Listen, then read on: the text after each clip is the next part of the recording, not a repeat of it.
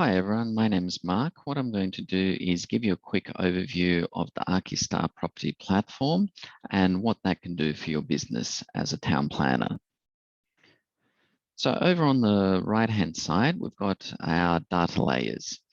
So first up here, we've got Nearmap, which you might be familiar with already.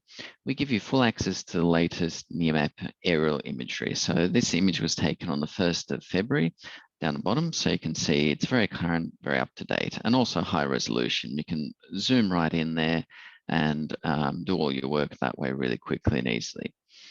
Plus, through Archistar, there's no additional data charges, so we don't pass on those costs. So basically, you can use it all day, every day, freely.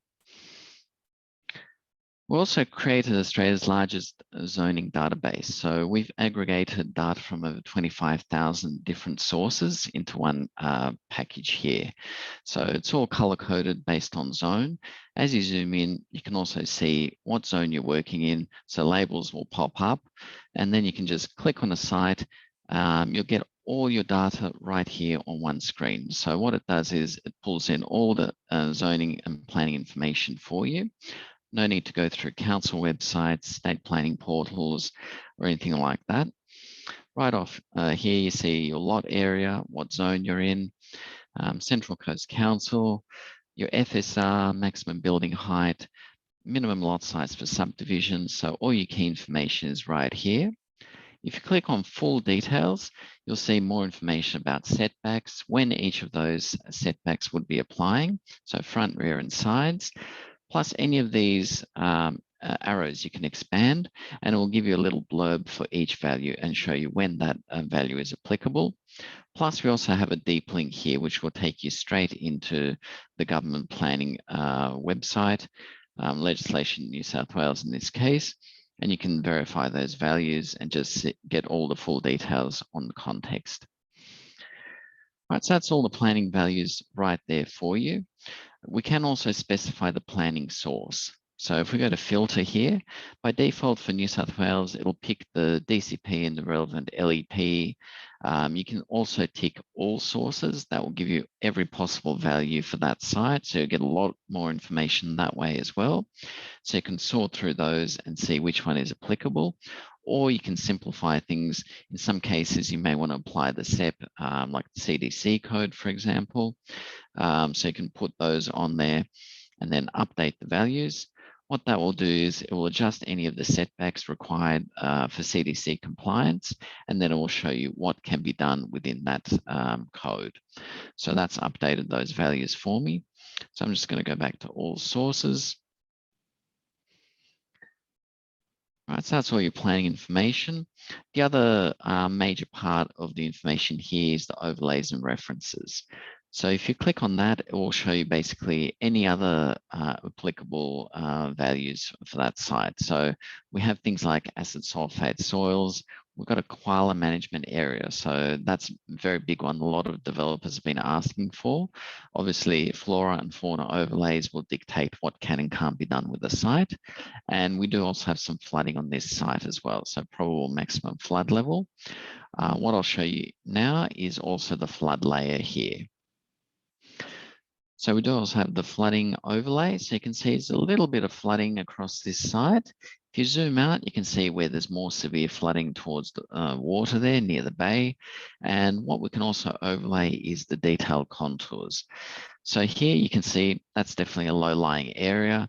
So no surprises, that's where the flood-prone area is. If you go further up the hill, you can see it's a lot steeper. And if you zoom in, you can see across this side here, there's about 3 meters elevation difference across the site. So flooding along with the contours gives you a lot of information about the context of what you're working with, how steep the site is, how much it's going to cost to redevelop, and what sort of cut and fill requirements would be there as well. The other one we've got on here is bushfire. So that's a very important one. Any fire-prone land will be coloured with this orange overlay as well. Once again, if you've got the contours on, you'll often see that fire-prone land goes hand in hand with the steep terrain as well. So you can see all of that there. The other big one here is heritage. So we can show you any heritage listed properties. So there's a few along here. So if I click on this one, for example, what it will do is it'll give you a great big warning here saying this property is heritage listed. And then under the overlays and references, it will show you what type of heritage listing it's got. So this one's a heritage item, which means you wouldn't be able to knock this one down. If it's a heritage conservation area, we'll specify that as well. So that's a bit less restrictive. But once again, you need to be mindful of what you can and can't do in those areas. So what we do is we give you access to all this information right here. So once again, no need to be going through multiple different sources to get access to all of this. Another great one that we've got here is the 3D terrain. So this layer works with Nearmap. So what this will do is it will give you a visual indication of how steep the site is. And if we go into 3D view down the bottom here, zoom in, you can just get a sense of where the high points, where the low points on a site are. A lot of developers love this feature because it'll show them if there's any potential views on a site, how steep it is, once again, where the flood prone areas are. You can even overlay your flood data on here so you can get a good visual. Yep, that's the low lying area. That's flood prone land down there. If you're up further on the hill, there's still a little bit of flooding, maybe overland flows here, but you're more into clear up here. So that's a really useful layer that we've added recently. You can also see out towards the mountains, the valleys, all of that will be there for you. So I have a few other layers on here as well, which are useful to have a look at. So I'll just turn off the Nearmap so it doesn't clutter too much. You can just turn on as many of these layers as you like to build up a picture of what you're working with.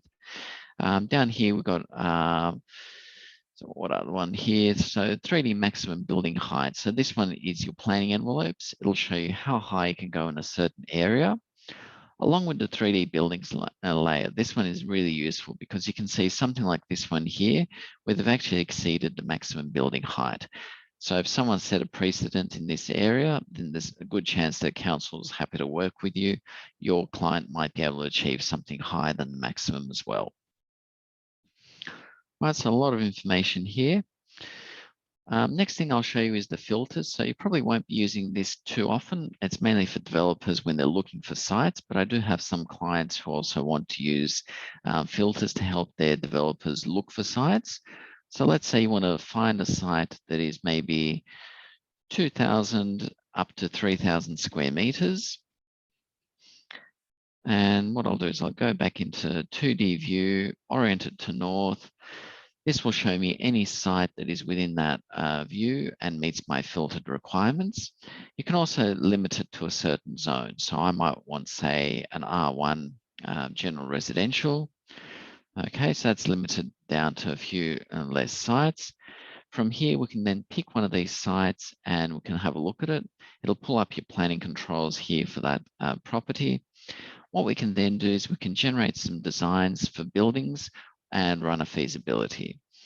What I'll do is go to my designer here, generate some designs. And what we can do is, let's say we're doing townhouses on this site here. So what I'll do is put some values in here for you. So it's picked up your front, rear, and sides automatically. So there's a secondary on here, there's a side. Actually, this one's got 3 frontages. If you wanted to use all 3 of those, you could.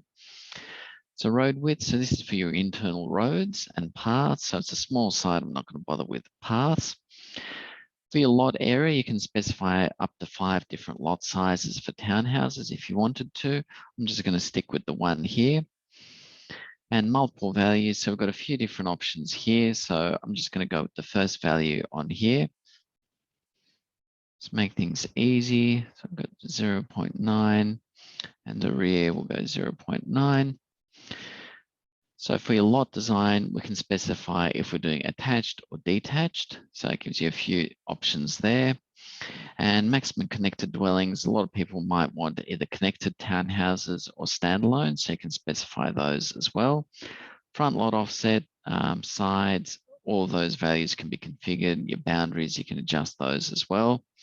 Under the advanced section, There's a few more options if you want above ground or underground car parking, depending on what area you're working in. And there's a few other types as well here. I'm just going to keep things simple. Hit generate, and that will run through. So I'll give you a few different options after about half a minute. What that will do is it will also generate things like your shadow diagrams on the back end and also solar analysis. So you can see how many hours of winter sun each of the houses will be getting. So we can see here, it's already got a few solutions and we've got 10 here. So that's my maximum.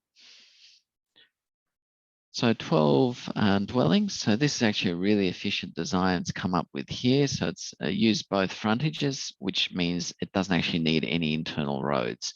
So my land use efficiency is pretty much 100% because you aren't wasting any land for driveways, which is pretty much ideal. And it's giving you building massings here as well. This one here, this one's got 11 dwellings, so slightly different configuration here with one road down the middle.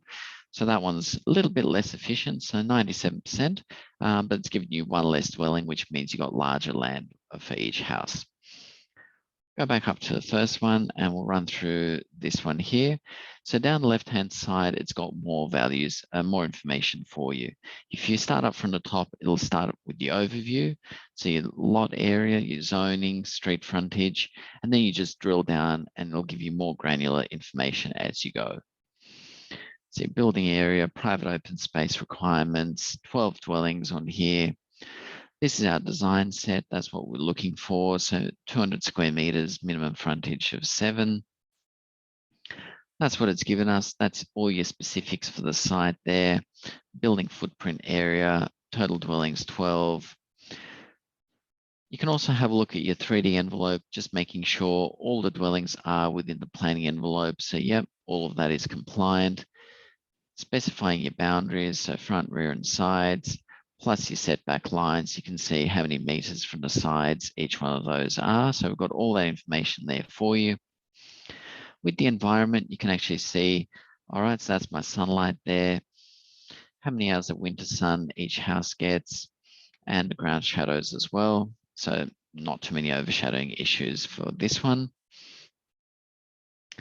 Feasibility, so we can put in our sale price. So let's say I'm going to sell those for, say, maybe 1 million each, just nice round number. So that's giving us 10.9 million less your GST. Build quality, so if you're doing a quality build, this is your cost per square meter, 1973 for this area, coming from Cordell Estimator. If you're doing an average build, that will save some money. You're looking about 1,700. You can also update these values manually, and those will include a 10% builder's margin as well, so you can zero that out. Any other fees, charges, contributions, you can add in down the bottom as well. What this will do is give you a residual land cost. So if you're aiming for a 20% profit on this project, that means you can afford to pay 5.7 million for this site. Working backwards, if this was on the market, for example, and let's say they're asking 2.5 million for this site, what this will do is it will recalculate your profit margin based on this sale price, and you'll be looking at a 50% profit based on that. If you're looking at, let's say, paying 3 million for this site, that will come down to 45%. So you can fully tailor, customize these numbers. And what you can then do is you can download a report. So these reports can be fully branded and customized with your company information, your logo, and it just pulls in all the information, the zoning, planning that I went through before, along with your designs here that you've generated, with your suburb insights, overviews, market information from domain and core logic. Then down here, you've got a comparison of 3 different solutions from your design set and your feasibility. All your numbers are there summarized on one page. That can then be downloaded as a PDF file for you, and these reports are great to give to your client.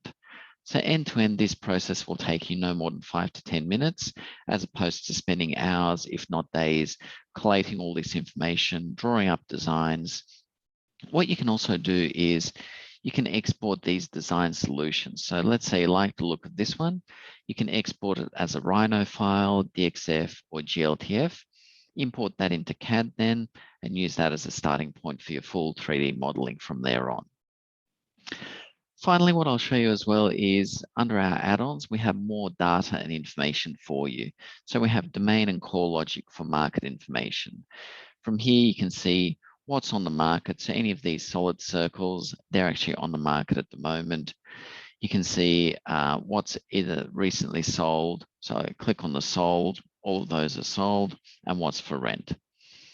Suburb Insights, if you have access to CoreLogic or Domain, so you'll see Suburb Insights here, market information over the last 12 months, either for apartments, for houses, really valuable information, giving access to all of that in one place. You also have commercial real estate. So we've got commercial listings there for you as well. And we also have market information about developments. So BCI data is included on our professional package, showing you what developments are active in the area, project listings. So we can see 11 properties active in this area. This one here, apartment project. It shows you the full configuration of what they're building, what they're doing on this project. If you click on the contact details, you can actually see who's the architect, the agent, planner, engineers, all the contacts working on that project. So there's a lot of information here for you. I've just gone through it really quickly today. If you would like a further look at the platform, just go to our website, archistar.ai.